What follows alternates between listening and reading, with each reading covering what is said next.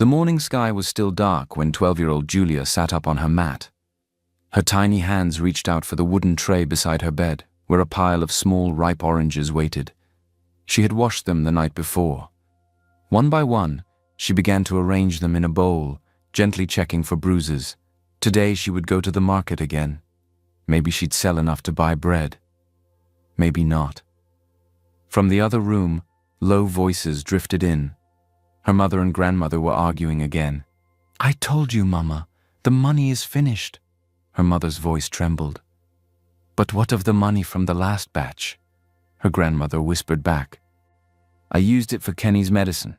He's still burning up. He couldn't even eat yesterday." There was silence for a moment. Then the grandmother sighed deeply, the way someone sighs when they have no answers left. Julia sat quietly, her arms wrapped around her knees. She knew what they were talking about. Her little brother Kenny had been coughing badly for a week now. His eyes were red, his body hot like fire. They had taken him to the small clinic down the road, but the nurse there only shook her head. "No payment, no treatment," she said. Julia blinked hard, forcing back tears. The last time her mother begged the nurse, she had sold her wedding ring, her old sewing machine, even Julia's school books. But it still wasn't enough. Outside the window, the village was quiet. Too quiet. Once upon a time, children used to run around laughing. Mothers would sit on wooden stools, plaiting hair and sharing gossip. Boys would chase each other with sticks. But not anymore. 2 children had gone missing in just the last 3 months. The first was a 10-year-old girl named Tina. She had been walking home alone from the stream when she suddenly vanished. She never got home. The second, a girl named Anita, was last seen playing near the mango tree behind his compound. No one ever saw them again.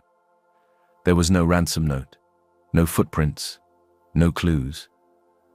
Julia stood up slowly, slipped on her worn-out slippers, and picked up the bowl of oranges. Her dress was faded and torn at the side. She had outgrown it months ago, but it was the only one she had left. As she stepped outside, the cold morning air touched her cheeks. The market was a 40-minute walk away, and the road was full of red dust. She started walking, one step after the other, bowl balanced on her head. She thought about her brother, about the clinic, about the silence in her home. When she reached the edge of the market, she found her usual corner under a big umbrella tree. She sat down and placed the bowl in front of her. "Fresh oranges," she said quietly. "Sweet and fresh." Most people just walked past. She had sold only 3 when she noticed a man standing a little distance away, watching her. He was tall, dark-skinned, with silver hair and a serious face. He wore a fine native caftan and sandals that didn't touch dust. He looked like someone who didn't belong here. He didn't smile. He didn't wave. He just stood there for a long time, hands behind his back, staring. Julia looked away, uncomfortable. Then slowly the man walked over and crouched beside her. He pointed to the oranges. "How much?" he asked. 10 coins, Julia said softly, not looking up. He picked one and held it to the light. "Do you live near here?" he asked. Julia hesitated. "Yes." He nodded. "What's your name?" "Julia." He looked at her face for a long time, then stood up. He bought 5 oranges and left without another word. But as he walked away, Julia had a strange feeling in her chest, like cold fingers pressing down on her heart. She didn't know who he was or why he had spoken to her. But something in his eyes had lingered too long. Something in the way he looked at her made her skin crawl. By late afternoon, Julia was back in the market, but not to sell. She was now buying. Her bowl was almost empty. She had only a few small coins left, borrowed quietly from her grandmother's metal box when no one was looking. She walked over to a woman sitting beside a basket of herbs. The woman's name was Mrs. Sarah, and she was known to be kind sometimes. Julia held out the coins with both hands. "Please, I need something for fever." Mrs. Sarah looked at her face, then down at the coins. "This one isn't enough, my dear," she said gently. Julia lowered her head. My brother is very sick. Please, Ma. Mrs. Sarah sighed. She tore off a smaller piece of dried leaves and wrapped it in old newspaper. Boil this one with water. Let him drink small. But if his eyes roll back again, take him to the clinic. Thank you, Julia whispered. As she turned to leave, something made her look up. Across the road, beside a wooden stall that sold palm oil and yams, stood an old man in clean clothes. He wasn't from around here, that much was clear. His clothes were too fine, his shoes untouched by the red dust, and the way he stood, with hands behind his back and chin slightly lifted, made him look like someone used to being obeyed. He was dark-skinned, elderly, with a neat silver beard and steady eyes. His name, though Julia didn't know it yet, was Mr. James Johnson. He wasn't buying anything, just standing there, watching. He saw Julia. Their eyes met, and Julia ran off quickly. Then, without a word, he turned and walked over to Mrs. Sarah's table. That girl, he said softly. What's her name? Mrs. Sarah looked up, surprised. Julia. She's a good girl. Her brother is sick. James nodded slowly. Does she come here every day? Almost. James gave a small nod and left. He didn't buy anything. That evening, just before sunset, Julia sat outside her small house peeling one of the leftover oranges. Her brother Kenny lay beside her on a thin mat. His breathing was shallow, his lips were dry. The mother Mary had tried everything, palm oil, cold water, even prayers. Nothing had worked. They were waiting for the fever to break. That was when they heard the sound. It wasn't the sound of a kiki or a bike. It was quiet and smooth, the kind of car sound they only heard in the city far away. They stepped outside. A black car was parked just outside their compound. Clean, shiny, and expensive looking. The windows were tinted. The tires were new. It didn't belong here. Then the back door opened, and Mr. James Johnson stepped out. He wore a long blue native outfit. His shoes were polished. He held a small brown envelope in his hand. He didn't look around. He walked straight toward them. Good evening, he said calmly. Mary narrowed her eyes. Good evening. I came to see your daughter, he said. Julia stepped back. She felt her chest tighten. James continued. Her name is Julia, right? Why are you looking for her? James was calm, his voice soft but firm. I saw her today, at the market. She reminded me of someone. Mary didn't say anything. He brought out the envelope and held it in both hands. I want to make you an offer, he said. A bride price. Julia's grandmother Ruth stepped out of the house holding a small broom. What did you say? I want to marry your daughter, James said. No, Mary said quickly. She's a child and you are, well, mature. I understand, he replied. But your son is dying, and I can help. Mary's eyes filled with tears. You don't even know us. I don't need to, James said. Sometimes we do the right thing without needing to explain it. Mary looked at the envelope. It was thick. James added quietly, with this, Kenny will be treated tonight. You will have food for months. Rent, clothes, school. Mary shook her head. This is not how we do things. You can go with your money. Then she turned away. Later that evening, just a few hours after Mr. James left, the sky outside had turned dark, and the lamp inside their small room cast long shadows on the cracked walls. The house was quiet. Too quiet, except for the weak sound of Kenny's breathing. Julia sat on a stool, peeling the last orange slowly, her hands moving without thought. Her mother, Mary, had been sitting on the floor for a while now, staring at the envelope James Johnson left behind. Finally, Mary spoke. Julia, she said quietly. Julia didn't look up. Mary took a deep breath and began. The man that came, he made us an offer. Julia's hands stopped moving. Her heart started beating faster. Mary's voice trembled. He wants to marry you. He said he can pay for everything. He said Kenny will get the best treatment. That we won't have to worry about rent or food or anything for a long time. Julia turned slowly to face her. "No," she said, her voice hard. "He's old, Mama. He's even older than Grandpa was before he died. I don't want to be sold to an old man." Tears welled up in Mary's eyes. "I know, my child. I know. But Kenny is—" "I don't even know him," Julia shouted suddenly, her voice shaking. "Why me? Why must I be the one to suffer? I'm just 12. Mary's shoulders dropped. Her hands covered her face and she began to cry. "I have nothing else left, Julia," she whispered. "Nothing." Before Julia could respond, a strange sound filled the room. A choking noise. They both turned to see Kenny lying stiff on the mat, his eyes rolled back, his small body jerking. "Jesus!" Mary screamed. "Kenny!" Julia dropped the orange and ran to him. His limbs twisted in pain, his teeth clenched, his little hands slapped against the floor as if reaching for something. "Help me carry him!" Mary cried. Together they lifted him and ran into the night, barefoot on the red earth, heading straight to the small local clinic. The lights were on inside, and a nurse was at the counter. "Please," Mary begged, tears streaming down her face. "My son is dying.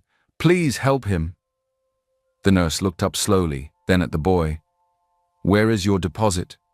"We don't have any money now," Mary said. "But we will pay, I promise. Just help him."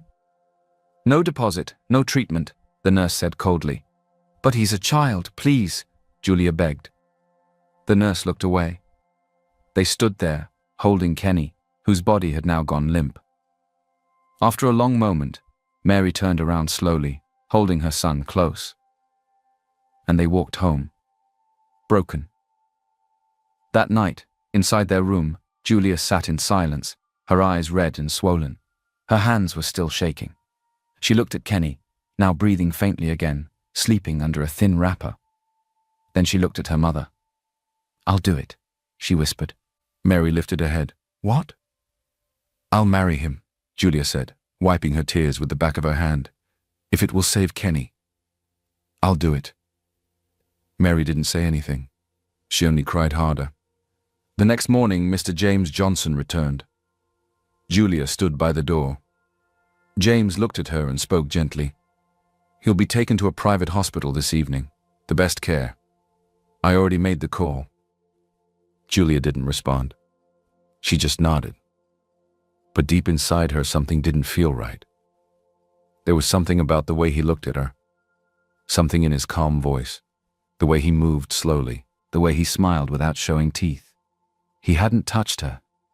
He hadn't said anything wrong. But still, something about him made her heart feel heavy, like a stone had been placed inside her chest. And she didn't know why.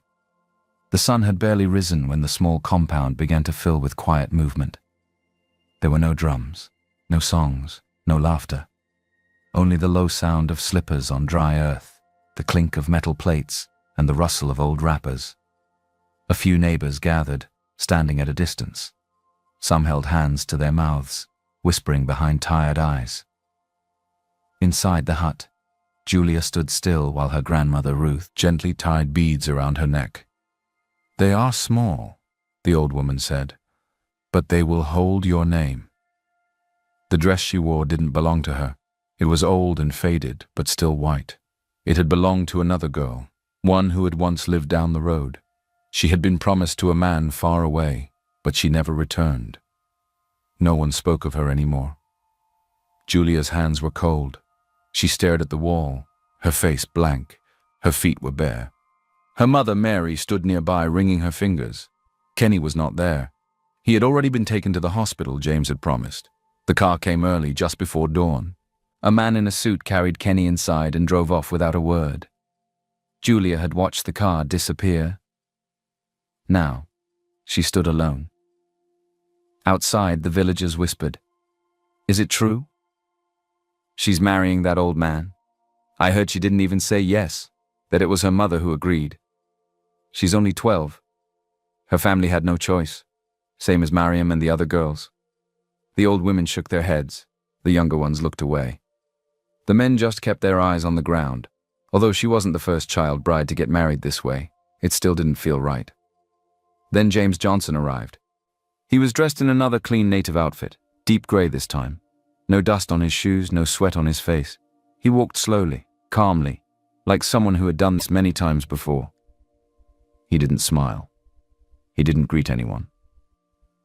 He walked to the center of the compound and stood waiting. A local elder cleared his throat and opened a small book. The ceremony was short. No music, just a few whispered prayers, some verses.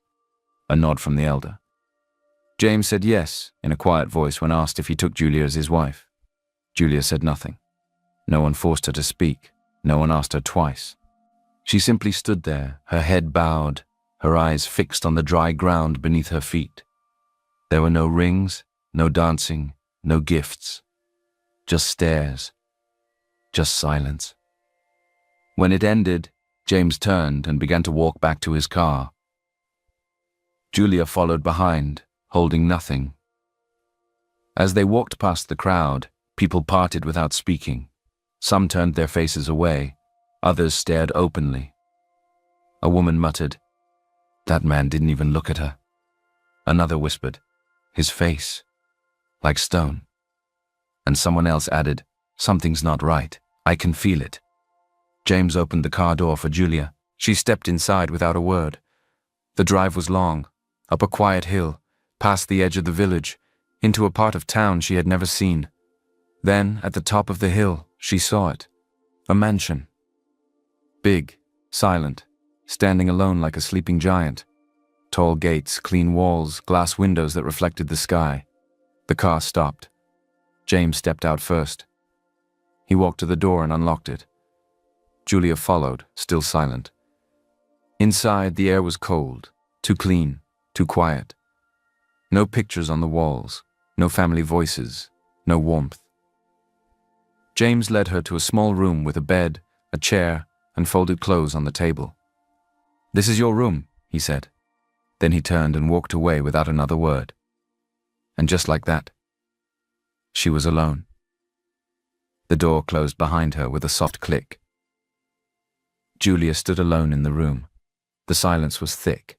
No voices, no footsteps, just the quiet hum of the ceiling fan and the sound of her own heartbeat.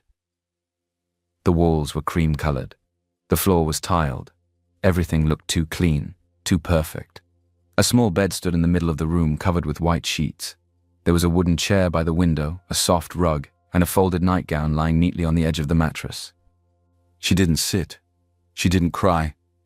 She just stood there, frozen. The gown she wore still hung loose on her thin frame. Her hands were cold. Her mind was full of things she had heard, whispers from older girls, warnings from market women. "He will take what he wants. They always do. You're his wife now. Just close your eyes and don't fight it." Julia sat slowly on the edge of the bed. She pulled her knees to her chest and stared at the wall. She was too tired to think, but her body refused to rest. Minutes passed. Then the door opened. Mr. James stood there quietly, holding a small tray. He stepped in slowly and walked over to the table. On the tray was a steaming bowl of soup and a neatly folded napkin. He didn't look at her long. He simply set the tray down, turned to her and said gently, "You should eat." It was the first time he had spoken directly to her. His voice was soft, almost kind. Then he turned and walked to the door connecting her room to the next one. Without another word, he stepped through it. Julia heard the sound of a key turning. She sat there in shock. No touch, no harsh words, no strange requests, just a bowl of soup. She looked at it, steam rising slowly into the air. She didn't know what to think. This was not what she had expected, not what she had feared. She just sat there and stared. The soup had gone cold. The fan turned slowly above her head, casting shadows across the ceiling.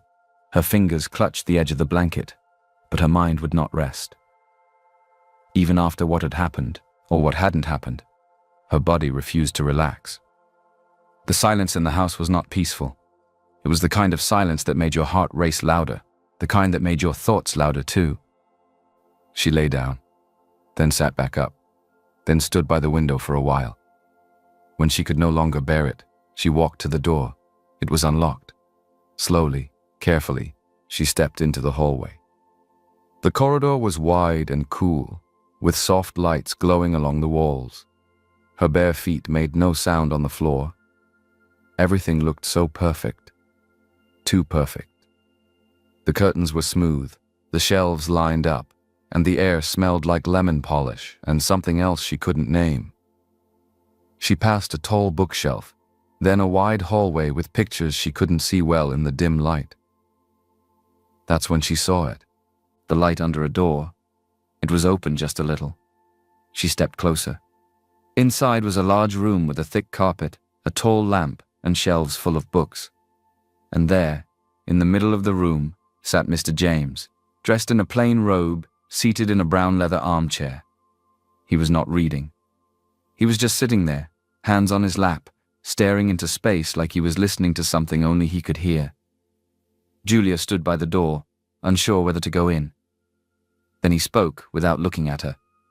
Couldn't sleep. She hesitated, then walked in slowly. He looked at her now, his eyes softer than she remembered.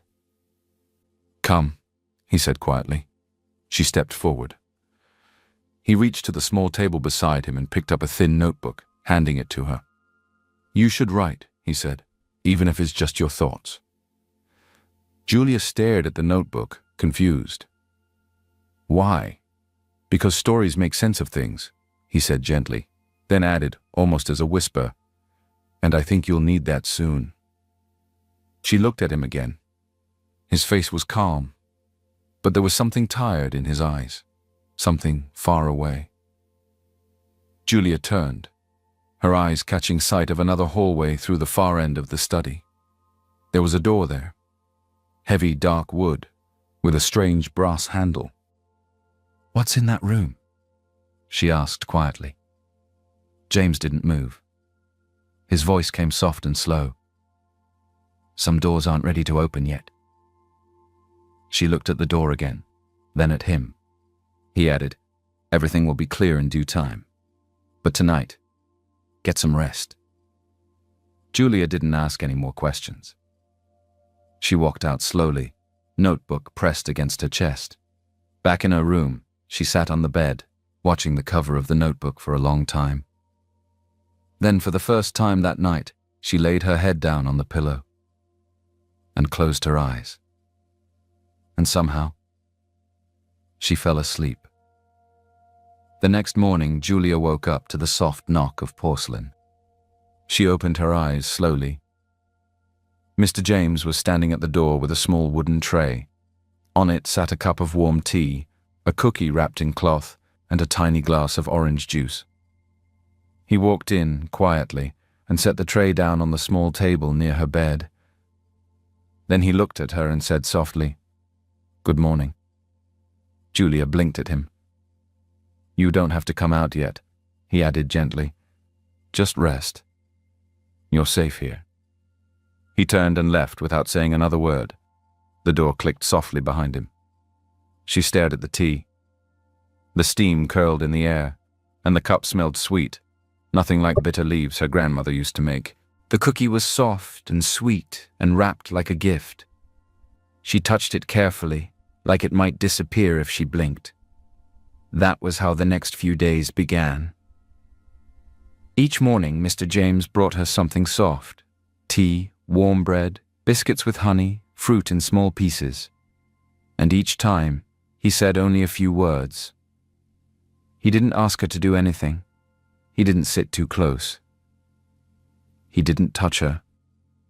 Julia stayed in her own room. Her bed was made for her. Her clothes were replaced with clean, soft dresses in colors like peach, cream, and sky blue. She wore slippers that didn't scrape her feet. Once he brought her a flowery red gown and said, "I thought this might look nice on you." She didn't answer. He never seemed to mind. He would knock softly, place the tray down, say a few words, and leave. He never raised his voice. He never demanded anything. And strangely, that made it harder. Julia had prepared for fear, for pain, for silence. But this quiet kindness confused her. He treated her like glass, not the kind you hide in a cupboard out of pity, but the kind you place on a shelf with soft lights because it's special. She didn't know what to do with that. Each night, she wrote in the notebook he gave her. Sometimes she drew. Sometimes she only wrote her name over and over again. Once she wrote, "Why is he being nice?" She didn't know the answer. Then one morning he came to her door and knocked twice. "Would you like to visit your family today?" he asked. Julia looked up. Her heart jumped. "Really?" "Yes," he said with a faint smile. "I already sent word. They'll be home."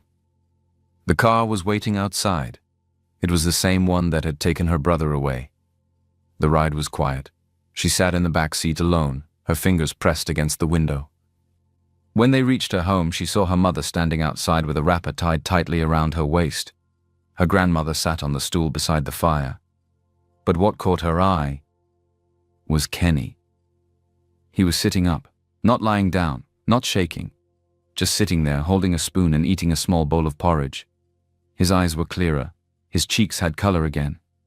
He looked at her, and he smiled. Julia's chest grew warm, and without meaning to, she smiled back. It was a quiet afternoon. The air inside the house was still. The clock on the wall ticked slowly. Julia sat in her room, notebook in her lap, but she wasn't writing. She'd already drawn the same flower 3 times. It was her 3rd day in the mansion. She had just returned from visiting her family. Seeing Kenny smiling and stronger had brought her a kind of relief she didn't know she needed. But now she was bored. Mr. James Johnson had gone out earlier that morning. He didn't say where. He only told her, "There's food in the kitchen. I'll be back before evening. Don't worry." She watched from the window as the black car disappeared down the hill. Now, hours later, she wandered the hallway, fingers brushing against the walls as she walked. She had already seen the study, the kitchen, the garden through the glass door. But there was one place she hadn't seen. The door at the end of the hallway. It had always been locked. But today, she noticed something different. The handle turned. It wasn't locked anymore. Julia's heart beat faster. She looked over her shoulder. The house was silent. Slowly, quietly, she pushed the door open. The room was dim but warm. A soft light from a lamp near the wall lit the space. And everywhere were photographs, lining the walls. Dozens, maybe more. Children, boys and girls, all from different places, different countries, different lives. Some were smiling, their eyes full of joy. Others looked serious or tired or unsure. Each photo had a name beneath it, and a date. Some of the dates were crossed out with a red X. Some weren't. Julia stepped closer. Her eyes scanned the names. Some sounded French, others looked Asian. A few she couldn't pronounce. She saw a little girl holding a teddy bear, standing in front of a hut. A boy with crutches beside a river. A group of girls in school uniforms, holding books. In the corner of the room was a large wooden trunk. Julia knelt beside it and slowly opened the lid. Inside were notebooks, carefully stacked. Old letters, some in envelopes, others folded neatly. She picked one and opened it. "Dear Mr. James, I passed my exams. I'm now in secondary school. Thank you for helping me when I had nothing. You're like an angel to me." She pulled out another. "You don't know what you did for me. But I sleep safely now. I eat every day. I don't cry at night anymore. I hope I make you proud. One more. The violin you gave me still plays. I name it after you. Thank you for being kind when no one else was." Letter after letter, all filled with soft, grateful words from children, young girls mostly, thanking Mr. James for things the world never saw, for kindness, for school fees, for protection. Julia clutched the papers to her chest. She didn't know what to think. Then she felt it. That quiet presence behind her. She turned quickly. Mr. James was standing in the doorway, his face calm, his voice was low. "I suppose it's time you knew the truth," he said. Julia stood frozen, the letters still in her hands, her heart thudding inside her chest.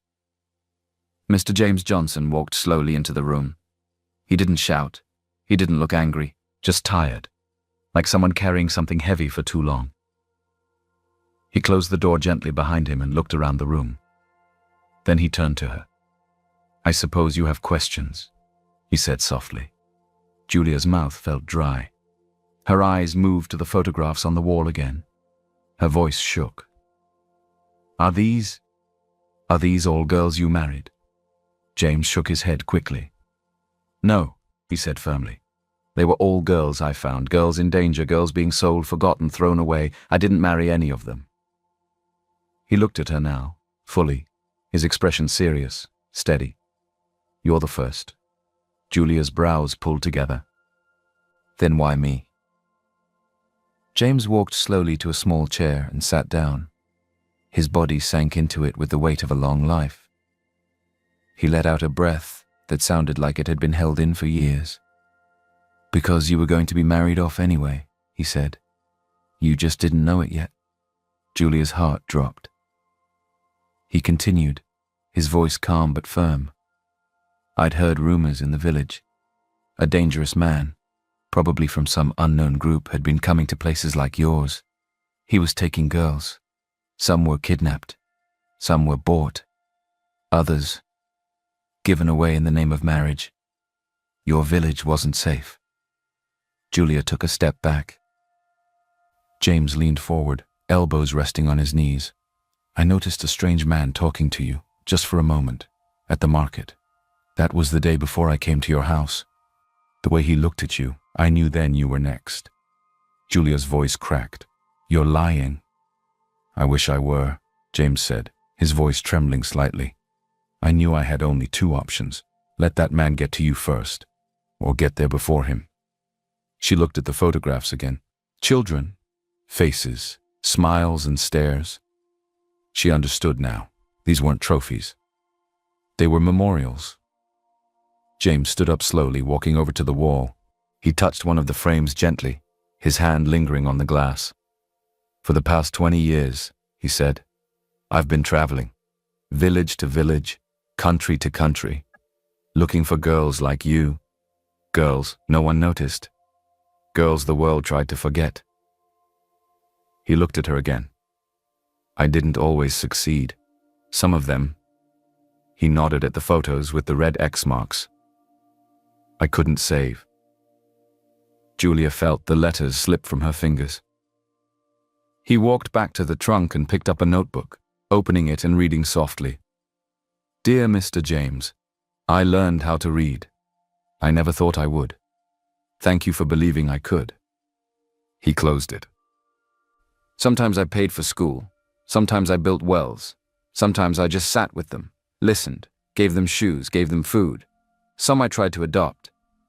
But the system, it doesn't always let people like me do that. So I did what I could, quietly, silently, off the record." Julia's voice broke the silence. "Why not use your money publicly?" she asked.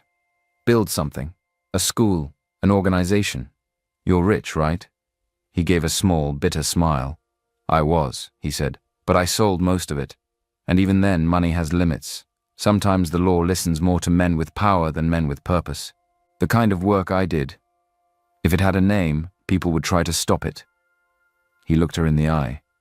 "I married you because that was the only way I could buy time. As you know, I am not young anymore. I am already 75, so I had to protect you, to give you a choice, one you were never going to have." Julia stood still in the center of the room, surrounded by pictures of lost children, letters of thanks, and the heavy truth she wasn't prepared for. And for the first time since she entered his house, she saw him not as a man with secrets, but as a man who carried the weight of saving the ones no one else would. She realized something that made her chest ache. He didn't save her because he had to. He saved her because no one else would. The days that followed were quiet. Julia and Mr. James Johnson didn't speak much, but they didn't need to. There was a soft understanding between them now, a stillness that didn't feel empty. It felt full, full of what had been said and what no longer needed to be explained. He still brought her tea in the morning, still left small cookies wrapped in linen. But now, when he looked at her, his eyes held something softer. something like peace. Julia spent her time reading, writing, and watching the way the light moved across the house. James spent his time in the garden, or in the library, or simply sitting quietly in his study chair with the same calm silence that had always followed him. Then, on the morning of the 7th day, something was different. Julia waited for the soft knock at her door. It didn't come. She waited for the smell of tea, the sound of his footsteps on the tiles. But the house was silent. Too silent.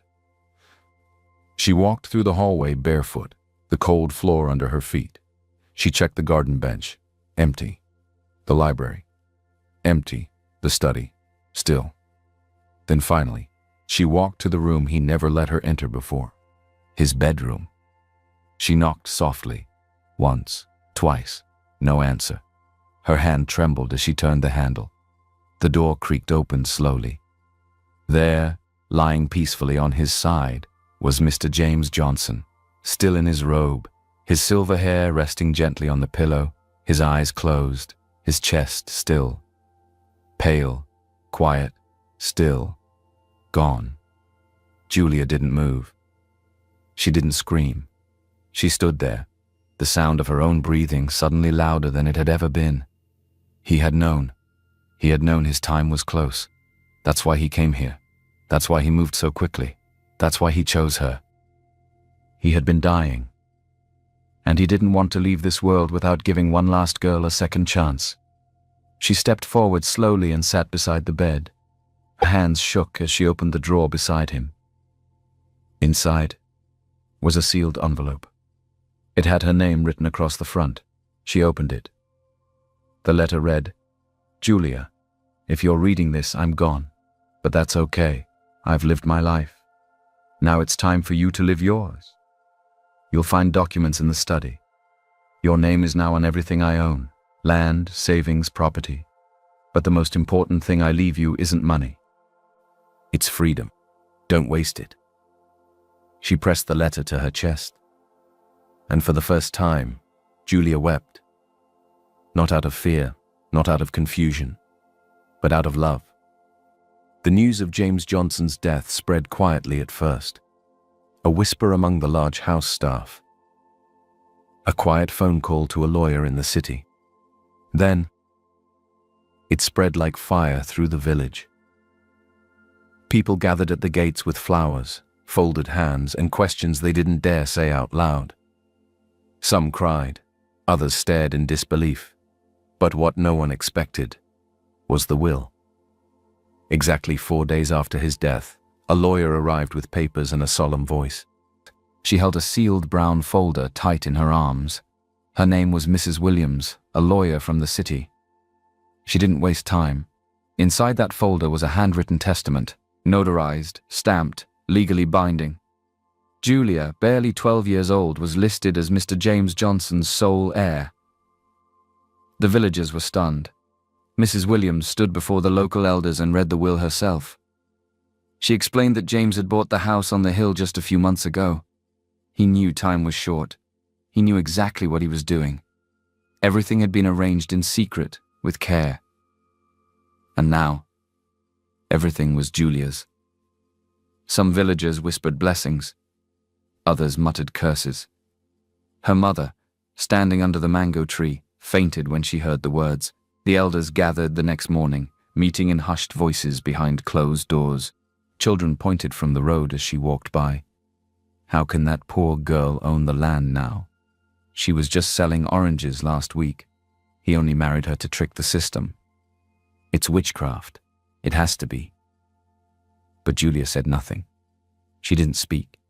She didn't cry. She didn't run. She just listened, quietly, just like James used to. Back in the mansion, she sat in the library, surrounded by silence. She ran her fingers along the books he once read. She ate the same soup he once brought to her room. She sat in his favorite chair and looked out the same window. The silence was loud, but she didn't mind it anymore. On the third day, Mrs. Williams returned with another folder, this one filled with transition documents. "There's enough money to last you until university and beyond," she said gently. You don't have to decide anything now, but we will need to name a legal guardian to oversee the estate until you're of age. Julia looked up. Do I have to leave? She asked softly.